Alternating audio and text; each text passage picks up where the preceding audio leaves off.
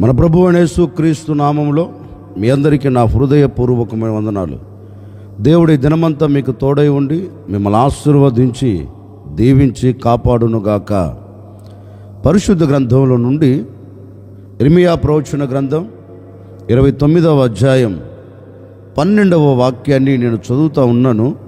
మీ పరిశుద్ధ గ్రంథమైన బైబిల్ తెరచి చూడండి.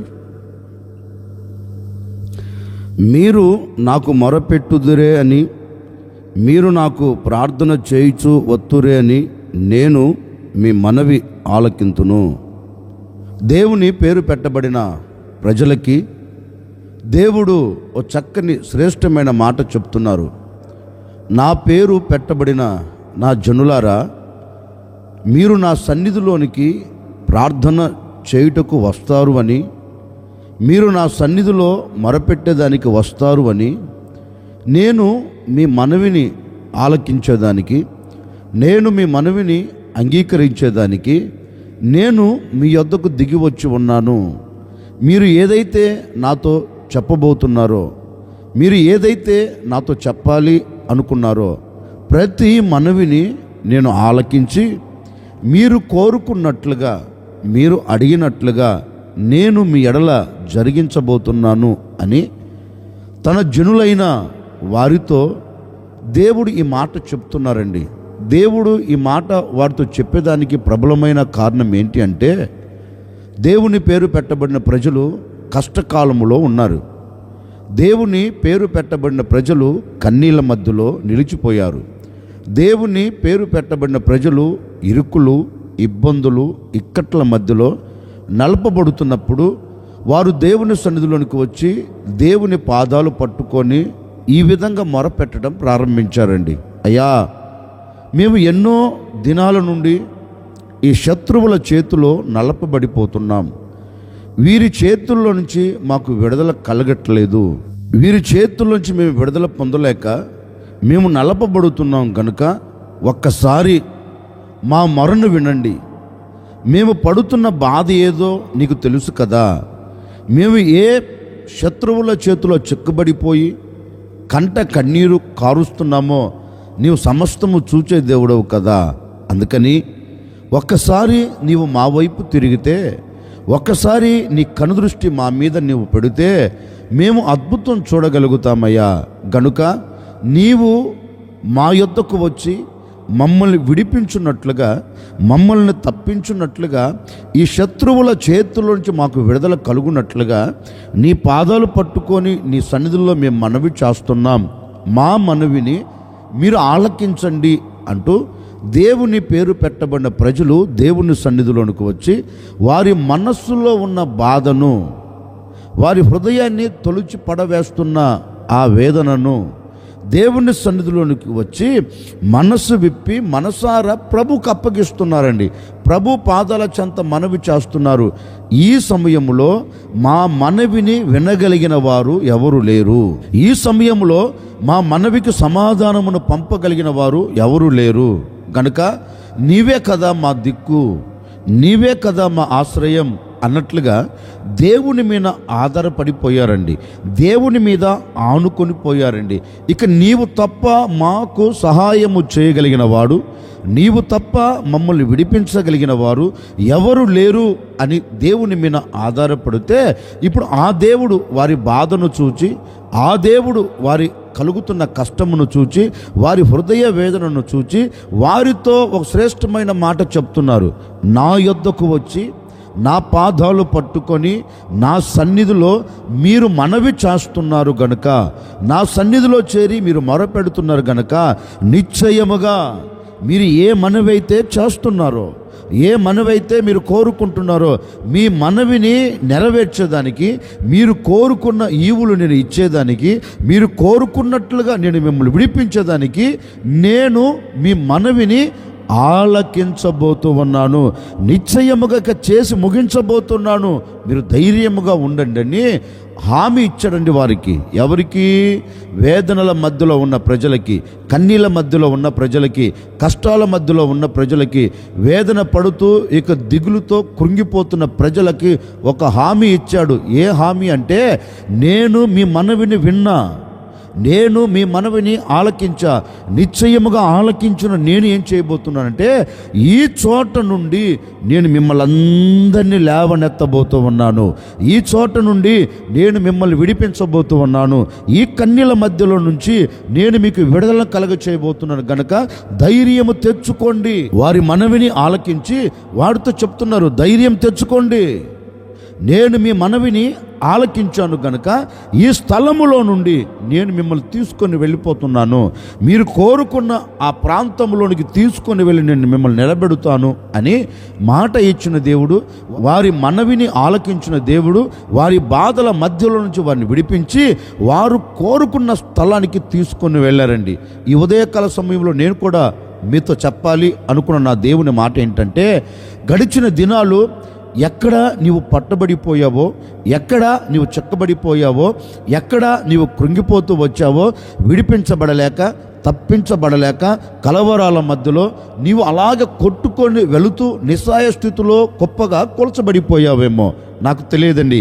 ఈ ఉదయకాల సమయంలో నా ప్రభు నీతో చెప్పకనే చెబుతూ ఉన్నారు, నిశ్చయముగా ఈరోజు ఈ ఉదయకాల సమయంలో ప్రభు సన్నిధిలో చేరి మీరు దేవునికి మొరపెట్టగలిగితే, ఏ విషయములో మీరు మొరపెట్టేదానికి పూనుకొనినా, ఏ విషయములో మీరు మనవి చేసుకునేదానికి నీ మనసును నిలుపుకొనినా, దేని నిమిత్తం నీవు ఏ విషయంలో మనవి చేసుకోవాలి అనుకొని ఈ ఉదయకాల సమయంలో నా దేవుని పాదాలు నువ్వు పట్టుకోబోతున్నావో, ఆ విషయములో నా దేవుడు మీ మనవులన్నీ ఆలకించబోతూ ఉన్నాడు, మీ మనవులన్నీ అంగీకరించబోతూ ఉన్నాడు. నిశ్చయముగా మీరు ఏది కోరుకునినా, నిశ్చయముగా మీరు ఏది ఆశించినా, నిశ్చయముగా మీ మనసులో మీరు ఏది తలంచినా, మీ మనవులన్నీ నా దేవుడు ఆలకించునుగాక, మీ మనవులన్నీ నా ప్రభు మీకు దయచేయునుగాక. ఈ ఉదయకాల సమయంలో నా ప్రభు మీ ఎడల నిశ్చయముగా మీరు కోరుకున్నవి నా దేవుడు మీ చేతులకిచ్చి ఈ దినమంతా సంతోషకరంగా మిమ్మల్ని సాగనంపునుగాక, ఈ దినమంతా ఆనందకరంగా మీరు సాగి వెళ్ళుదురుగాక. ఇప్పటి వరకు నువ్వు దుఃఖపడుతూ వచ్చావేమో, ఈ మాటలు వింటున్న వరకు ఒకవేళ నీ హృదయంలో వేదన కలుగుతూ వచ్చిందేమో, ఈ మాటలు వింటున్నంత వరకు ఒకవేళ నీ హృదయంలో ఒక ప్రశాంతత లేకుండా, నీ హృదయంలో ఒక నెమ్మది లేకుండా, నీ హృదయము పట్టబడినట్లుగా, నీకు కలిగినది పట్టబడినట్లుగా, ఒకవేళ నీకు కలిగినవన్నీ సమస్తము కోల్చివేయబడిన స్థితిలో ఉన్నాయేమో నాకు తెలియదండి. రోజు ఈ ఉదయకాల సమయంలో మీరు ప్రభువుని అడగండి, అయ్యా నా పని ఈ విధంగా మలచబడిపోయింది, అలా ఉండకూడదు, నా బ్రతుకు ఇలా మారిపోయింది, నా బ్రతుకు ఇలా ఉండకూడదు, నా బ్రతుకును కట్టండి, నా కుటుంబాన్ని కట్టండి, నా పిల్లలను కట్టండి, నాకు కలిగిన సమస్తమును కట్టండి అని ఈరోజు నీవు మనవి చేసుకోగలిగితే, నీకు కలిగిన దానిని బట్టి, నీకు కలుగుతున్న దానిని బట్టి, నీకు కలగబోతున్న దానిని బట్టి నీవు దేవుని సన్నిధిలో మనవి చేసుకోగలిగితే, నిశ్చయముగా ఈ ఉదయకాల సమయంలో నా ప్రభు నీ మనవిని ఆలకించబోతూ ఉన్నాడు. నీ మనవిని ఆలకించిన దేవుడు తప్పక నీవు కోరుకున్నది ఈ దినమే నా దేవుడు నీ చేతులకు అప్పగించబోతూ ఉన్నారు. ఈ దినమే నీవు దానిని చూడబోతూ ఉన్నావు, ఈ దినమే నువ్వు దాన్ని అనుభవించబోతూ ఉన్నావు. దేవుని పేరు పెట్టబడిన ప్రజలు దేవుని సన్నిధిలోనికి వచ్చి వారు మనవి చేస్తే వారి మనవిని ఆలకించి వారి పట్ల అద్భుతం చేసిన దేవుడు ఈరోజు నీవు మొరపెడితే నీ మనవిని ఆలకించి ఎందుకు అద్భుతం చేయడు? ఓ సేవకుడిగా మనసారా నేను కోరుకుంటున్నానండి, ఈరోజు ఏదైతే నీవు కోరుకుంటున్నావో అక్షరాలుగా దేవుడు నీకు దయచేయునుగాక. నీ మనవిని నా దేవుడు తప్పక ఆలకించబోతూ ఉన్నాడు, తప్పక దాన్ని అంగీకరించబోతున్నాడు, తప్పక దాన్ని నెరవేర్చబోతూ ఉన్నాడు. ఈ దినం నీ మనవిని నా దేవుడు ఆలకించి నీ పట్ల అద్భుతమైన కార్యము జరిగించునుగాక.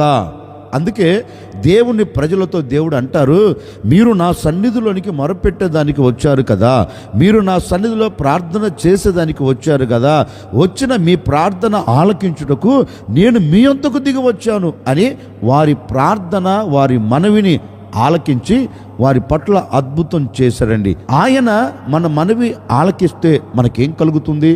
ఒకరోజు ఓ భక్తుడు దేవుని సన్నిధిలోనికి వచ్చి దేవుని సన్నిధిలో ఇలాగో ప్రార్థన చేస్తున్నాడు.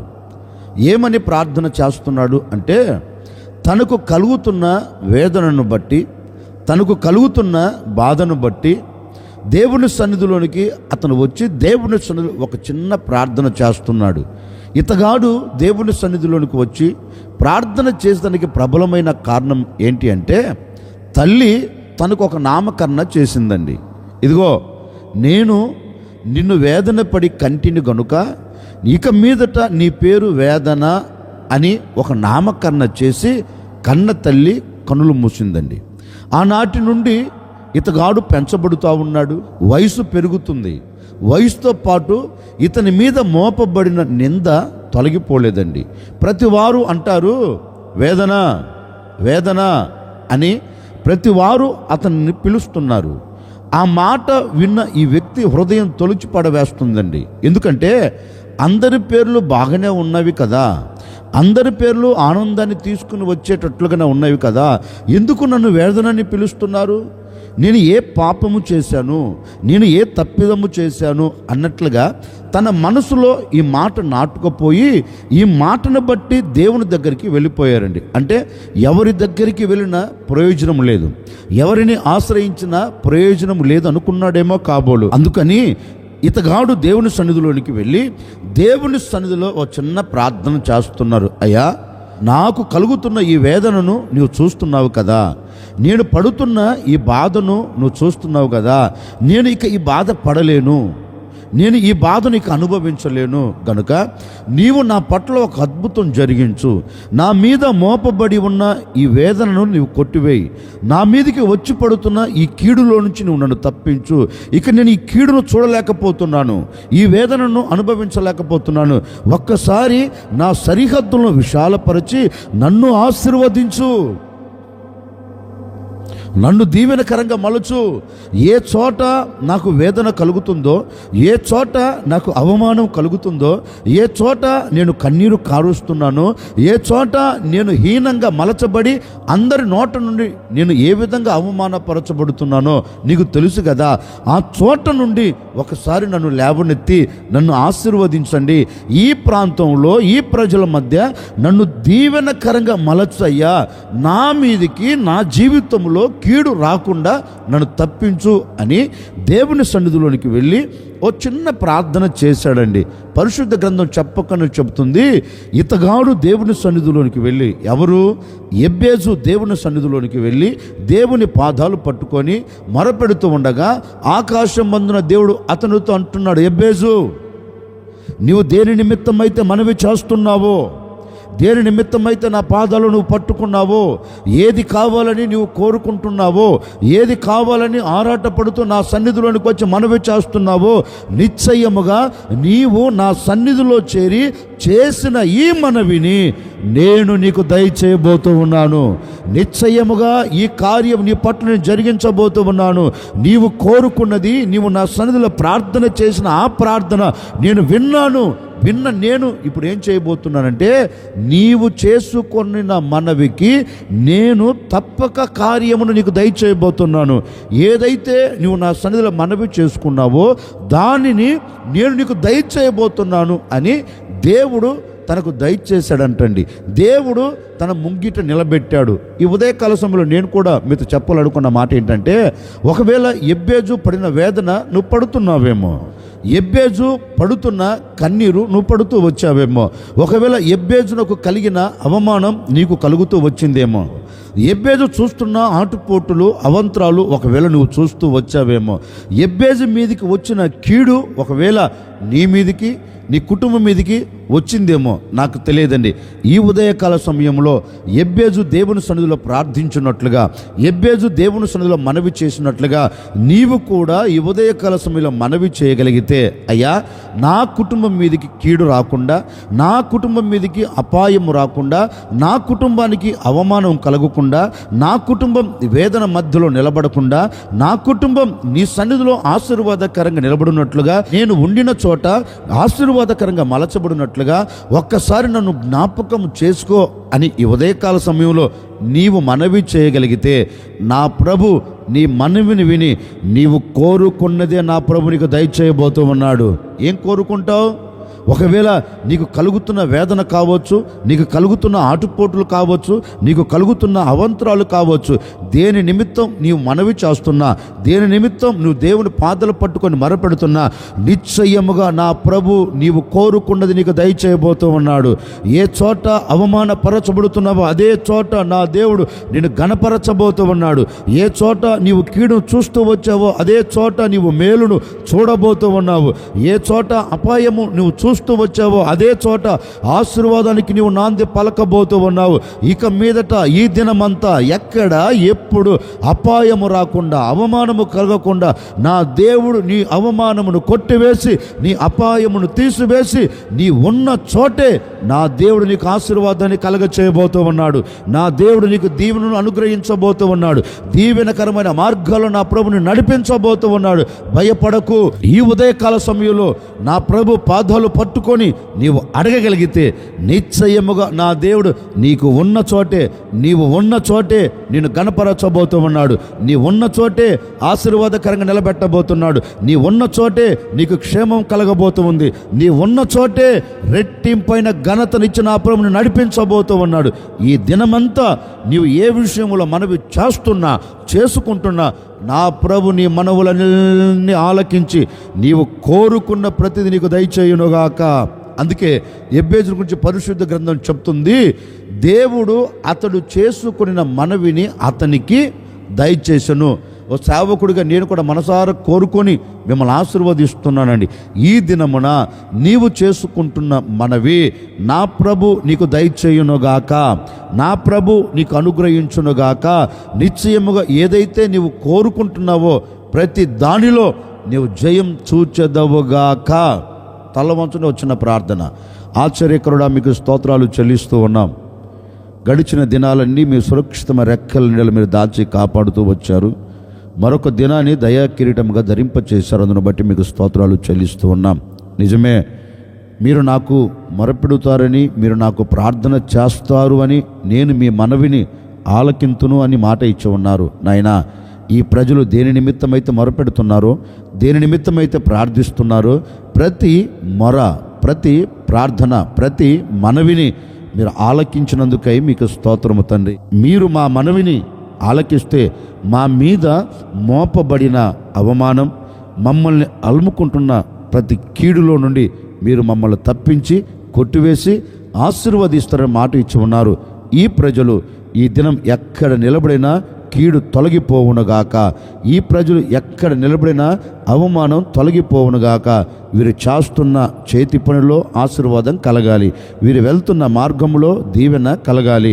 వీరు చేస్తున్న నాయన వ్యాపారంలో, ఉద్యోగంలో, చదువుల రంగంలో, ప్రతి విషయంలో నాయన బిడలకు ఘనత కలుగునట్లుగా, బిడలకు క్షేమం కలుగునట్లుగా, బిడలకు ఆశీర్వాదం కలుగునట్లుగా ఒక అద్భుతమైన కార్యం ఈ ప్రజల పట్ల మీరు జరిగించి మహిమ పొందుకోమని యేసు నామములో అడిగి వేడుకొనుచున్నాము తండ్రి. ఆమెన్. ఈ దినమంతా నా ప్రభు మీకు తోడై ఉండి మీరు చేసుకుంటున్న ప్రతి మనవిని నా దేవుడు ఆలకించి మీరు కోరుకున్న ప్రతి దానిని మీకు నా ప్రభు దయచేయునుగాక.